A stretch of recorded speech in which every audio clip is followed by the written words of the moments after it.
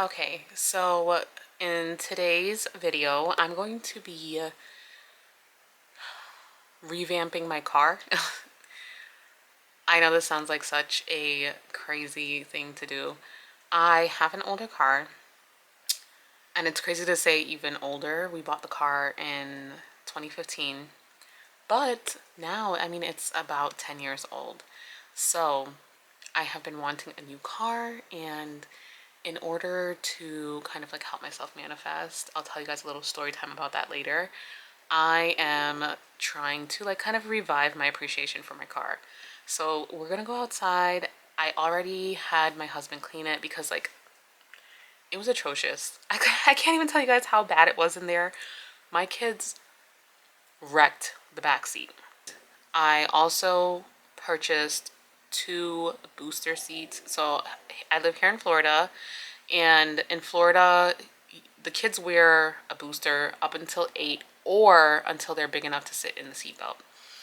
The way how my car is set up, the seats are kind of like sunken down a little bit, so they can't even see out the window. So I'm keeping them in booster seats for right now, just until they're a little bit older. And then what I'm gonna do is I threw out their, well, it's not thrown out yet, but I bought them new booster seats in all black. And so my husband, those came last night. He already installed them. So the back seat looks exponentially better. He also took the car to the car wash today, did some like basic vacuuming, washed the outside. But what we're gonna do now is just add some accessories, and I'm gonna give you a little story time about how I manifested my house with the same technique. So let's get started.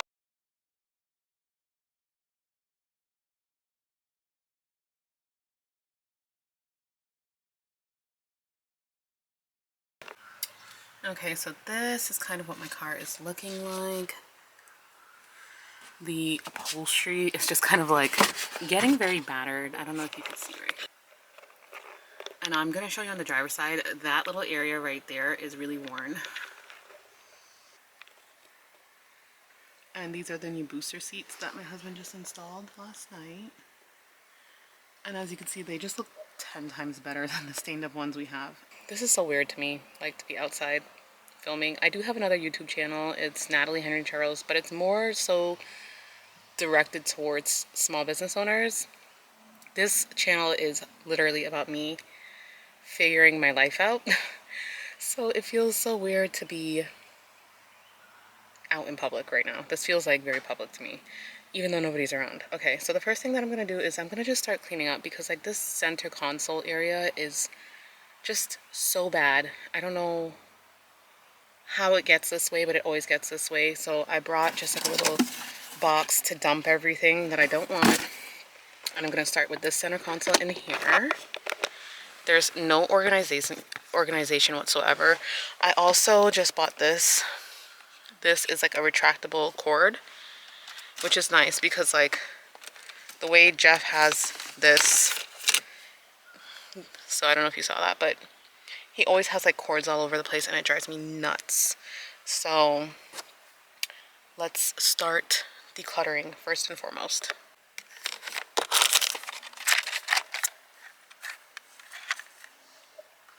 So I kind of realize now I should have brought out a box for all my keeps. That way I can keep things organized. And I did not do that. So I'll probably go get one in a second. But maybe I'll use this little tray as a keep tray. But I'm sure there's things in here that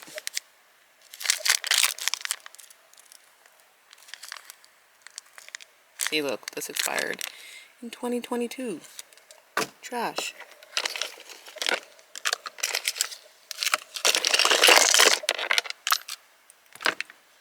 And then some of these things just don't need to be in here. So I wanted to share with you guys how I manifested my house almost 6 years ago using this same exact technique. And the technique, if you haven't noticed already, is gratitude. It's so simple, but just being grateful for your current reality and having what you currently have is so powerful. It truly opens you up and signals to God and the universe that you're ready for more. So when Jeff and I moved out of state, we moved out of state up north for about a year. I found out I was pregnant, and then we decided that we would move back to Florida to be closer to family. And thank God I did that, because I ended up having a very traumatic pregnancy, birthing experience, and then I ended up with postpartum depression on top of all of that. So I'm very grateful that we moved back. But when we moved back, we decided we didn't want to go into a lease. We didn't want to rent an apartment. We wanted to eventually buy a home. And so for the first couple of years of my daughter's life, we ended up living with my parents. The biggest thing that I learned was, going with your gut and doing the thing that you think you should not do, which was staying with my family. We were staying in my mom's master bedroom because we had the most people. So it was my husband, myself, my daughter, and then shortly after I had my daughter, I found out I was pregnant again. So after about a year and a half, I had Roman, my second child, and so it ended up being the four of us. So we were staying in my mom's master bedroom, and she had a walk-in closet in that master bedroom.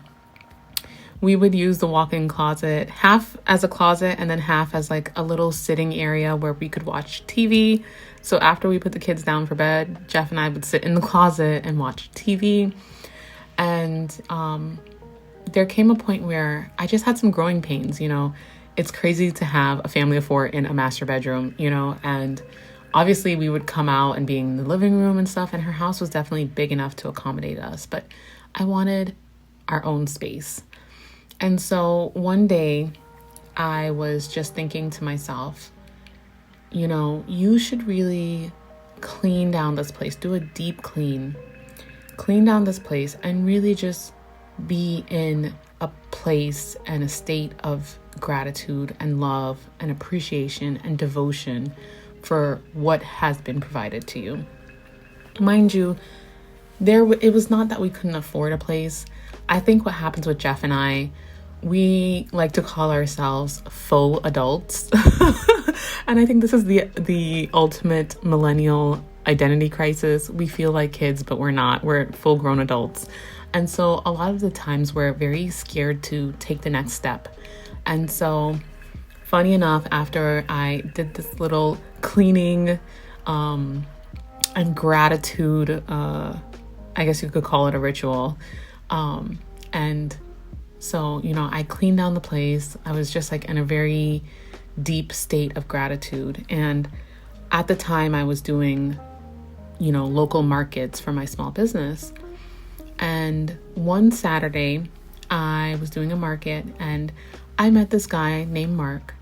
He told me that he's a realtor, but we just instantly hit it off. He came into my tent and he was just like, okay, so what's going on in here? And like, we were just, I would say, immediate friends.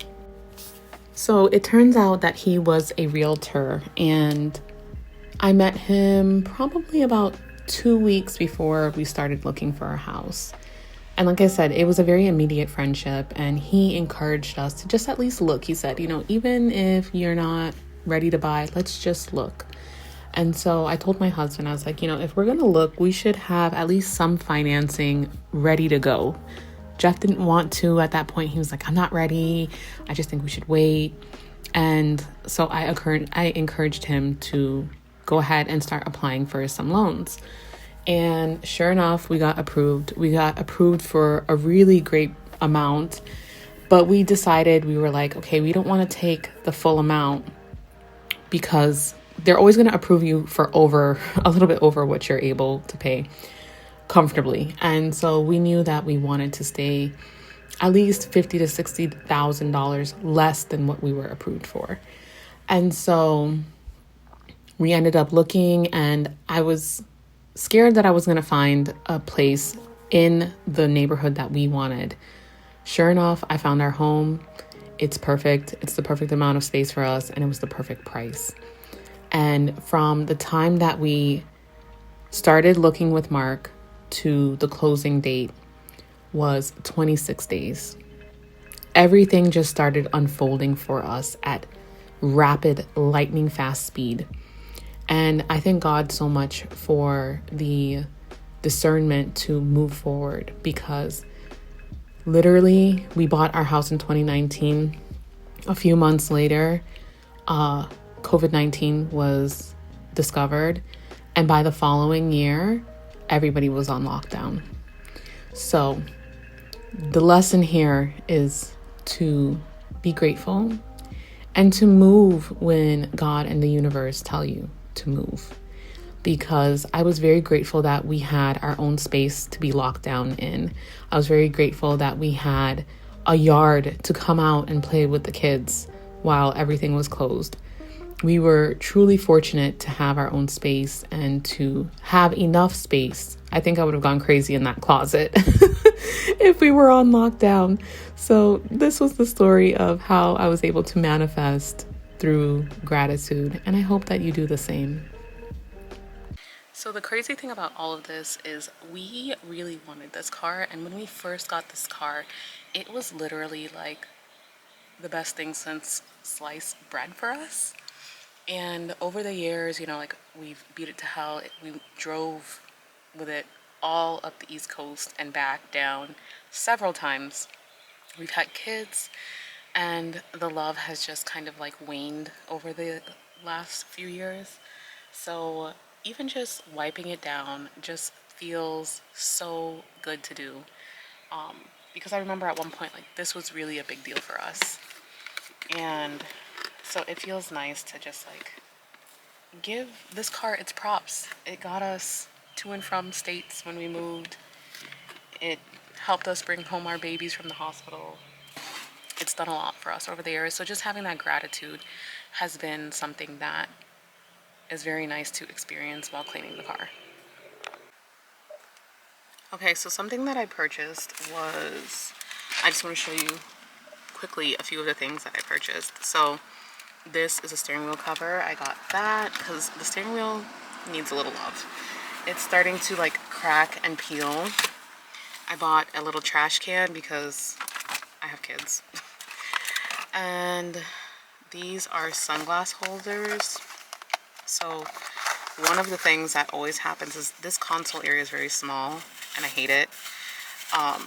So like there's nowhere to like kind of keep your sunglasses without it getting in the way. So I got these little clips for the visors. They basically, oh, okay, that's just wallet, dangerous that he's keeping it in there. You basically clip it to the visor like that.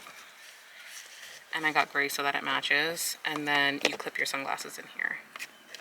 So now we have a place to keep the sunglasses. It's out of the way. There's no, you know, it's not in anyone's way or anything like that. And it keeps the center area very clear and nice because I like to see it clear. I don't like to see any junk. And that's how it's been for the last few years. I'm not even gonna lie to you guys, like that's literally what has been happening in this car. So I got a pack of 2. So one for me and one for Jeff. Jeff is my husband, by the way.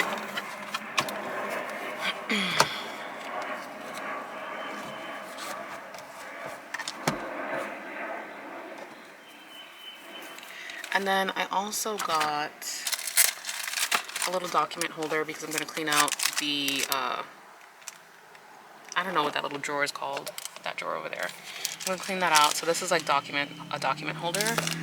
And then I bought little coasters. So these go in little cup holders.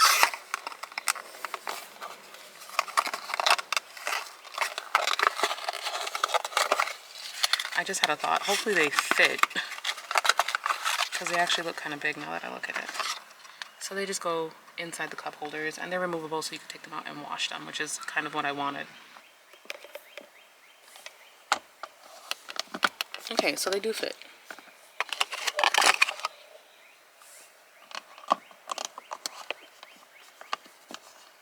This one does bulge a little bit, but I guess it's fine. I don't know if you guys can even see that.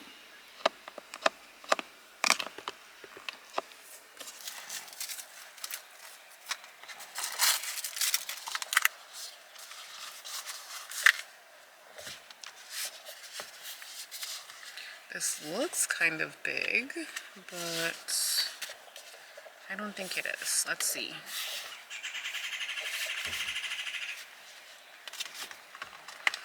And all of the accessories that I bought, I pretty much bought ones that were just like plain black because I'm not looking to make the car girly or anything. Both Jeff and I use this car. I'm not trying to make it look girly or anything. I'm just trying to make it look new. This is me tricking my brain into thinking that this car is new. And I got some really cool car seats, which I'm very excited about. They're coming on Saturday.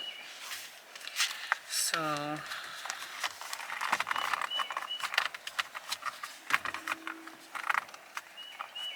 let's see. I doubt I can do this one-handed.